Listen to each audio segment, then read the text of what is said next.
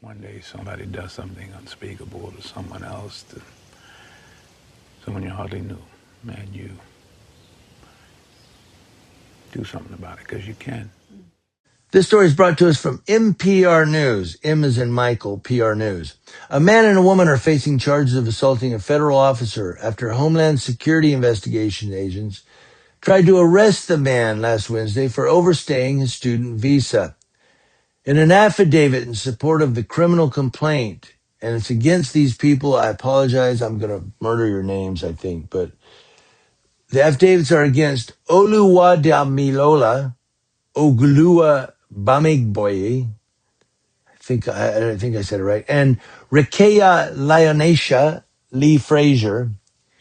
FBI Special Agent Terry Getch writes that the HSI agents were inside an unmarked Ford Explorer's SUV surveilling Bamigboye's Kia Optima, which was parked outside an apartment complex in Plymouth, Minnesota.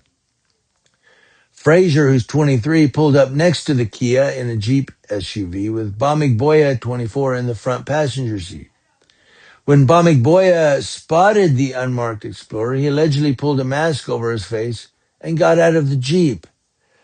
According to the FBI affidavit, the HSI agents walked up to the Jeep, displayed their badges, identified themselves as law enforcement officers, and told Bamigboye that they wanted to talk about his immigration status. Do you believe that? Now hold on a minute. After all the videos we've seen of these guys running up and grabbing people and pulling them out, do you really think that they went up and go, "Hi, we're immigration agents. We want to talk to you about your immigration, sir"? Do you think they really did that? I don't know. Maybe they did. I'm just asking for your opinion. Bamigboye then allegedly jumped into the Jeep's back seat and yelled at Frazier to drive away. One of the HSI agents got into the front seat of the Jeep in an effort to stop Frazier while Bamigboye tried to push him out, and a second agent tried to pull Bamigboye out of the back seat. Frazier allegedly put the vehicle in gear and drove off. The HSI agent was now being involuntarily carried in the Jeep as it drove, according to the FBI. The HSI agent tried to put the Jeep in park, but Frazier continually pushed his hand away, allegedly threatening to crash the car, and said they were taking him to the police station, which is where they went. The agent, who's assigned to another HSI office and is in Minnesota on temporary detail for an operation, is unfamiliar with the Twin Cities in Minnesota, did not know where they were going, and was in fear that he was being abducted. From the back seat, Bamigboye called 911, a detail confirmed in an incident report from the Plymouth Police Department. HSI agents pursued the Jeep from close behind with their lights and sirens on, at one point inadvertently hitting it from behind in the snow. We've been watching too many movies. Even after the agent inside Frazier's Jeep drew his gun in order to pull over, she allegedly continued driving and stopped only after reaching the New Hope Police Department. According to the affidavit, Bamigboye jumped out and ran into a Hy-Vee grocery store across the street while Frazier remained in her vehicle and was arrested only after other police officers arrived. Another HSI agent chased Bamigboye into the Hy-Vee, it's a store, where a police officer found him in the back of the store, pulled out a taser, and ordered Bamigboye to get on the ground. When Bamigboye allegedly refused, the agent took Bamigboye to the ground and arrested him.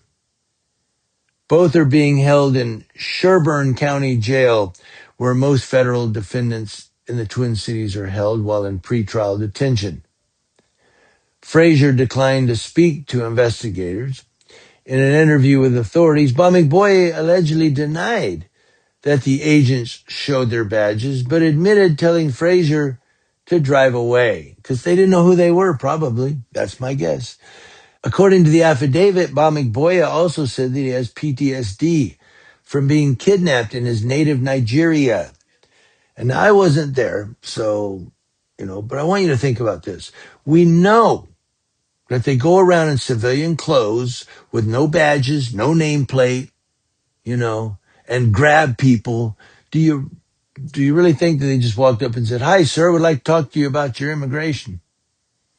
We've seen what they do on camera. There's so many videos and so many news clips of them just running up and grabbing people and, you know, and, and sometimes you don't know if it's a cartel from New Mexico, not Mexico, from Mexico or Colombia, or, I mean, it's guys in jeans, flannel shirts with vests on, ski masks over their face, and that's it.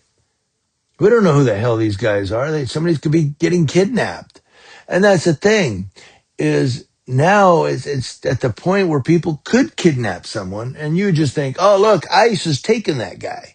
He must be an illegal immigrant and he's getting kidnapped. You know, that's why we want their masks off. That's why we want the name or the badge. We want to know who these people are so that we know, okay, cops. But we're just supposed to assume, oh, look how they're dressed. They're agents. Yeah. Yeah, 99% of the stuff they wear, I could get on Amazon or some other police website. I just order it and it comes to my house. I don't have anything like that, but Deputy Bremer of the Ukaipa Police Department had pulled over a guy in a Mercedes Benz. I think it was a Mercedes. I think that's what it was. But it was out here at KFC in Ukaipa. The guy had blue and red flashing lights on the front of his car. They were still flashing. And he had all this gear. He's pulling gear out of the guy's car, a police vest that said police and guns. And I was just like, dude, that guy, I mean, you could look like a cop driving down the street. But we're supposed to assume when these agents run up dressed in civilian clothes and start grabbing people, it's just, they're agents. That's ICE. Are you sure it's not somebody getting carjacked?